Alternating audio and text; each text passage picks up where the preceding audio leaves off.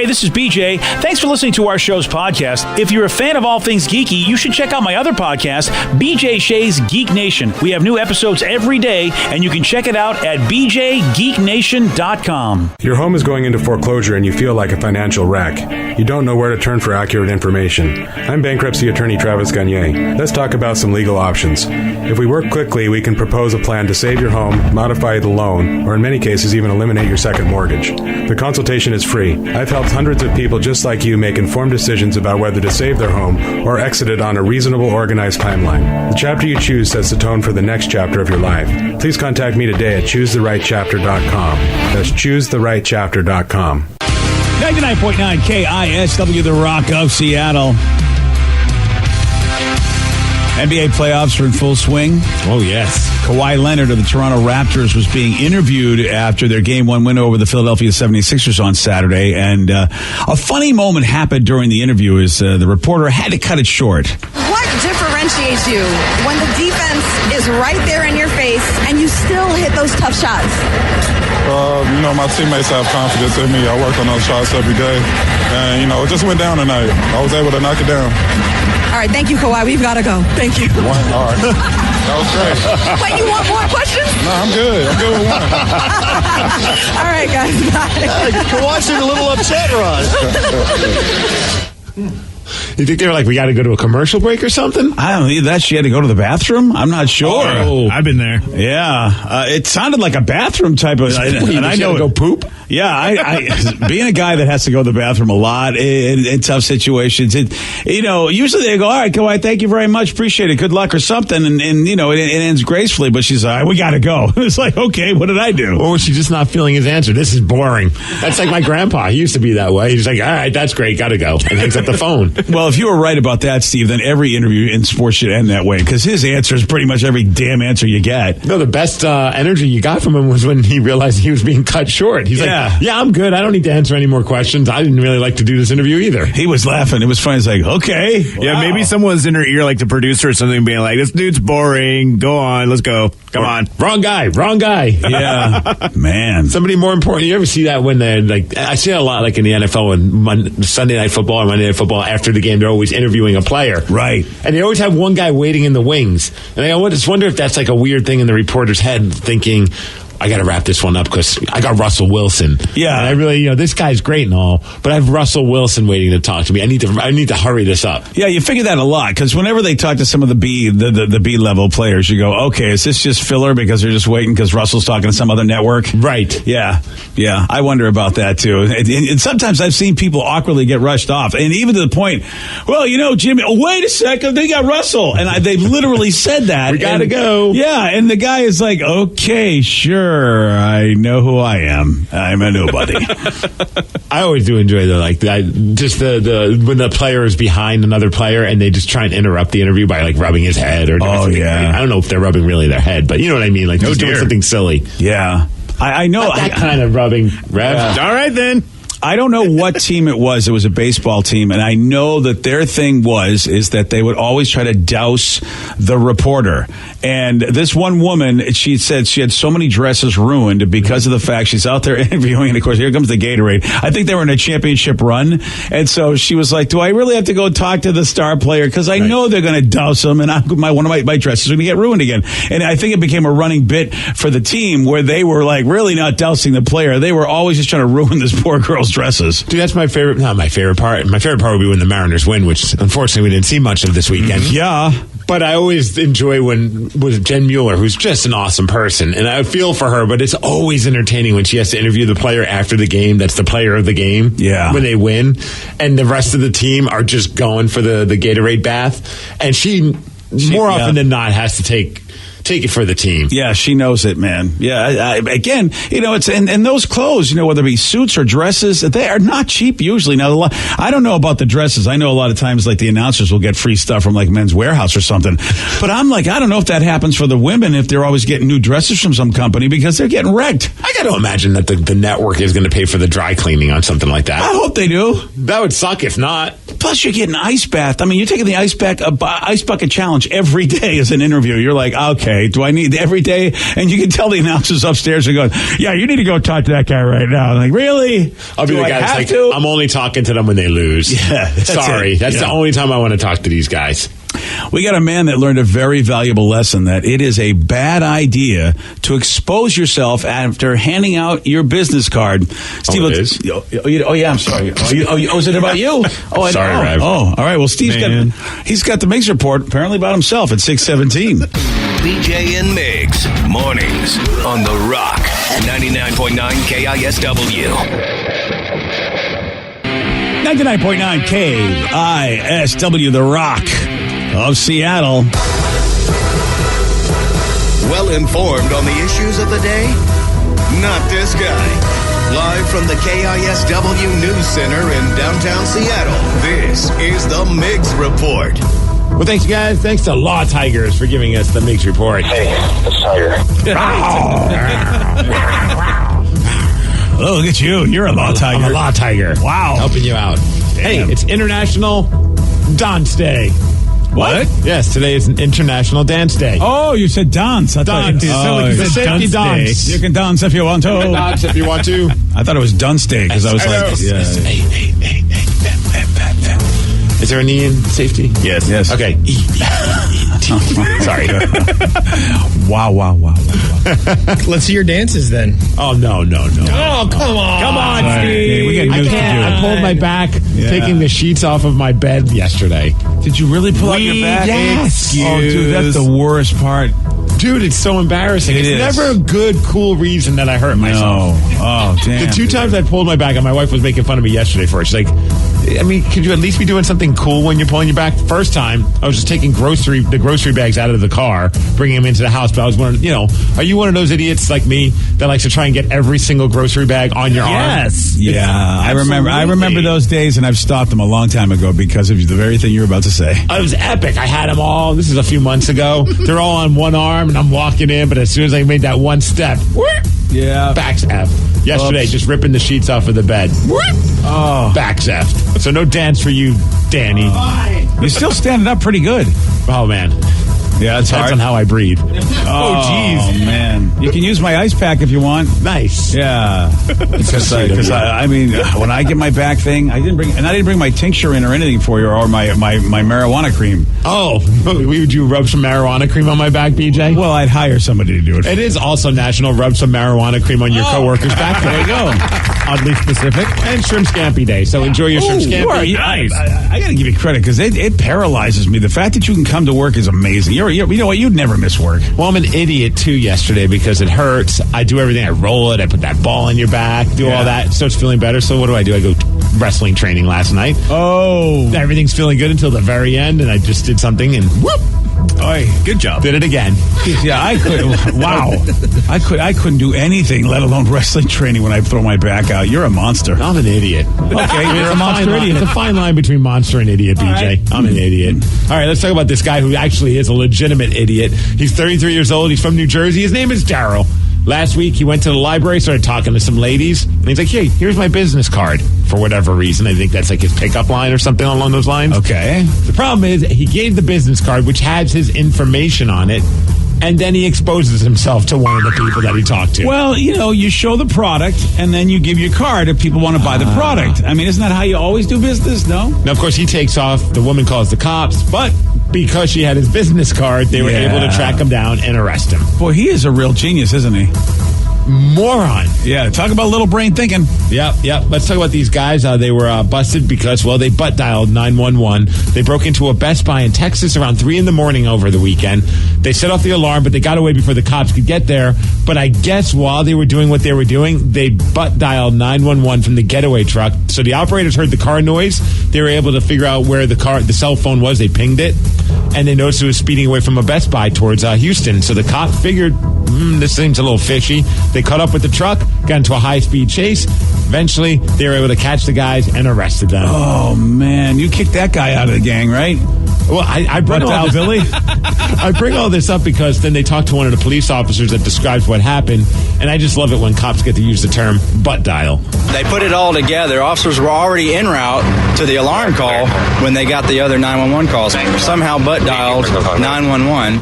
Yeah, butt dial. Good old butt dial. Butt dial. I love the accent with the butt dial. So if you're coming into Seattle today, just be prepared. You're not going to be able to get off the Mercer exit because of that awful tragedy that happened over the weekend when a crane collapsed, killing 4 people right by the new Google campus here in Seattle. It landed on 6 cars. I saw some people on my Facebook page that were there. Like they said there was the car right in front of them that the crane hit. I couldn't even imagine what that. Oh, being in the car behind the car. And I have a buddy that works on the cranes. I know he's having a tough time with this, and it's just awful news for everybody. 2 crane workers passed away too, so it's just a horrific event. And the traffic is going to be snarly because of the new tunnel. A lot of us use Mercer to get back on I-5, and that's not going to be too easy today. Just I-5 as well. That exit's just shut down for now, so you just have to plan accordingly.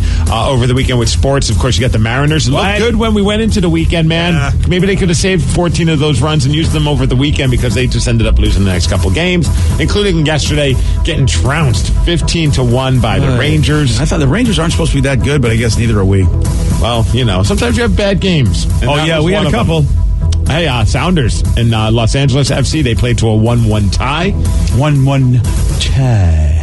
Let's talk a little bit about the Seahawks. The draft ended. A lot of people are giving them a B grade when it comes to how they did on the draft. It's not too bad. Which isn't too bad. I mean, hey, you went into the draft with only 4 picks and ended up having, 11 picks? Of course, the big one was L.J. Collier from TCU. That was their first pick. We played that call of John Schneider calling him. He was really pumped up. I want to share this one because this is just next level emotion. There was a guy that everybody was hoping they would pick, and actually a lot of reporters or football experts are saying that the Seahawks got a steal when they were able to grab him in the second round, the number 64 pick overall, and that's wide receiver DK Metcalf. You may remember DK.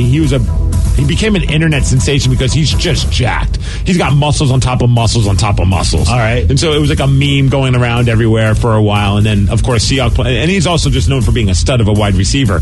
So they pick him. They call him. And man, oh man, you can just feel the emotion in his voice.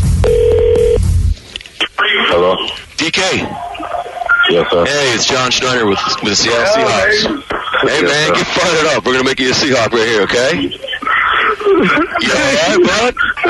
You got to help me out in the weight room, though. I'm a little slow in that area, okay? Yeah. All right, look forward to this, brother, okay? Here's Coach Carroll. Yes, sir. Thank you. DK. Hey, DK, this is Coach Pete Carroll. How you doing? I'm doing really good. Okay, we'll both cry together then, all right? Why y'all wait this long, man? I know you had to wait a little bit, but that doesn't matter because you're coming to Seattle, man. You're gonna play with the Seahawks, and you're gonna catch footballs from Russell Wilson. So get your ass ready to go, big fella. We are fired up for it, and the staff is excited. Listen to these guys. Here's your staff. Thank you. TK, this is awesome, man. We're so excited about this. I can't even tell you. Pretty awesome. Yeah, I can see how emotional he was, wondering if he'd get picked. Why'd you all wait so long? Right? Yeah. That to me is like the greatest line ever, and I'm just showing you a picture of what DK God, he looks is like. jacked. I love there's a meme out there that has, it says, ref, heads or tails? DK Metcalf says, our ball. Ref says, okay, your ball. Yeah. Because he's just a monster. Yeah, for a wide receiver, you're just like, you don't ever see them that big. No. Boy, oh boy, you know what they're thinking. Here's a guy that can do a little blocking. If they need him to do a little blocking, I would maybe, if they want him to rip off the heads of other players, I think he can do that. It's like, look, DK, it's not going to be a pass play. We want him to think it is, and then we want you to just rip apart the defensive line. Okay. We want you to crush some skulls. Wow, okay. That's pretty damn cool. Yeah. Another person says, thanks, DK. I swear I'm cutting onions in my car. It was a pretty emotional call. Yeah, that's awesome, man. And boy, how would it be if this guy turns out to be a stud receiver that, again, another amazing pick they get in the late round? Yeah. It's not that late of a round, though. Second round. Yeah, you're right. I mean, it's still, like you said, a value pick. Oh, absolutely. A lot of people feel that it was a steal to get him that late. And 64 is not super late, but late in comparison. Yeah. A couple of people saying apparently I-5, the exits are actually open now. Oh, they are? So I guess that's good we saw news. this morning. I know they said they had to do some road repair. Maybe they got a lot of that done. Yeah. NHL playoffs are going on, of course. The Avalanche, they even their series with San Jose, 1 game apiece. Hurricanes, big rally, beating the Islanders 2-1. They have a 2-0 series lead. How about the Canes? And, dude, the crazy part was their goalie, their starting goalie, got hurt, had like some kind of an injury, so he had to leave when I think they were up 1-0 at the time. Their backup just played lights out, but then they had to grab a random guy in the crowd. Not random, but you know what I mean? They had to do the third guy. The beer league goalie. Yeah. That is there and available for either team if something like that happens. And he gets to suit up and watch the game from the bench. Wow. In the Stanley Cup playoffs. That could have been you, Steve. Maybe one day. I am the first draft pick for our Seattle hockey team. Yeah, you according to Jerry Bruckheimer. Yeah. They need a third goalie. My wikis are on the fence about this, but you know what? It's too bad. Yeah, it's already been said by Bruckheimer. Tonight you got St. Louis and Dallas. They got a 1-1 series tie going on, and tomorrow that's when your Boston Bruins will be playing the Columbus Blue Jackets. That series is tied, also at 1 game apiece. As far as weather, 63 degrees, and thank you, Snoqualmie Casino, for giving us the Mix Report. Yeah, that Blue Jackets Bruins series, 2 overtime games. Yeah, so it's getting exciting, Steve. Oh, it's exciting, but. Is it as exciting as, of course, Avengers Endgame, which broke, it broke every darn record. It also broke Vicky. She's not even here today. Yeah. Oh. Yeah, she's sick. I think she's Vicky. Yeah, I think she's just sick of working is what I think. So you went to see it with Vicky. Yes, I did. I saw the post on no spoilers. Don't worry, people. Don't have to freak out. Oh, really? Why not? Everybody else is spoiling it, especially if you're in the NFL. Yeah, we'll talk about that later. But apparently Vicky started crying, huh? Vicky cried more than I peed. You took a picture of her. Yeah, I did, yeah. You took a picture of her crying. Well, I know, right? Sometimes that happens. Sorry about that. Yeah, I wasn't sure what was going to happen. Was she going to cry more than I went to the bathroom? Turns out I won that battle. Yep, somebody was even wondering, BJ, how many times did you have to go pee during Endgame? And holy crap, did you catch... Oh, we'll talk about Game of Thrones later, but that's from Dakota. Yeah, I'll tell you this: all of the because first of all, my Run P app was crashed. Yeah, wouldn't load anything. That's how crazy it was. I've never had that happen with the app before, but it wouldn't load any new movies, and I tried and tried and tried. Luckily, I had what the internet said: try these breaks, but all those were way too early in the movie, and finally, including the Hulk having lunch. Get Rev mad.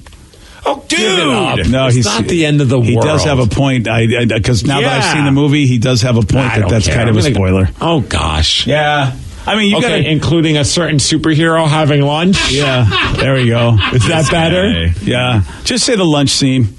Okay, yeah, that's. I guess that's what I would say. But I found a better scene, though I can't tell you what it is. Don't tell me. I'm going to see it this weekend. Yeah, smash. It would definitely be considered a spoiler to some people. The scene that the listener Andrew gave me, but I'm glad he gave it to me because it was 2 hours into the movie. Is it when Batman dies? And when Batman died. Okay. Yeah, but so I only went once, thanks to Andrew, because I held out.